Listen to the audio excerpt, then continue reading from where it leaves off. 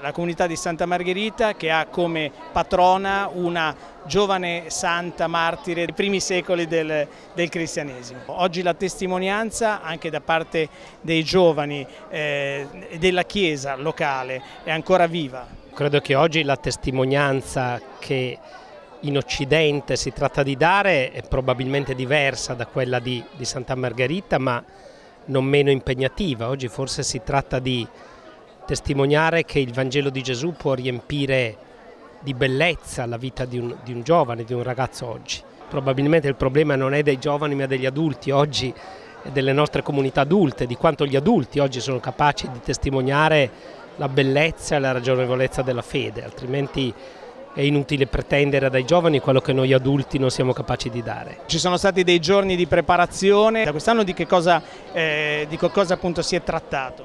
Quest'anno c'è stata una misteriosa coincidenza che ci ha portato nelle 2 serate a navigare un po' dentro al grande mare della Bibbia.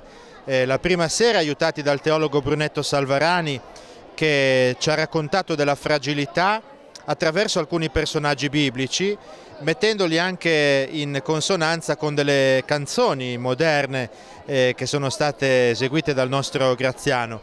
La sera seguente la coppia di amici ormai sposi di Desenzano del Garda, che sono venuti già parecchie volte, ci hanno presentato uno spettacolo a partire da testi di Don Tonino Bello. Ecco, momenti liturgici, momenti importanti come la processione della sera, però anche momenti di fraternità della comunità che si ritrova a festeggiare la santa patrona, Santa Margherita.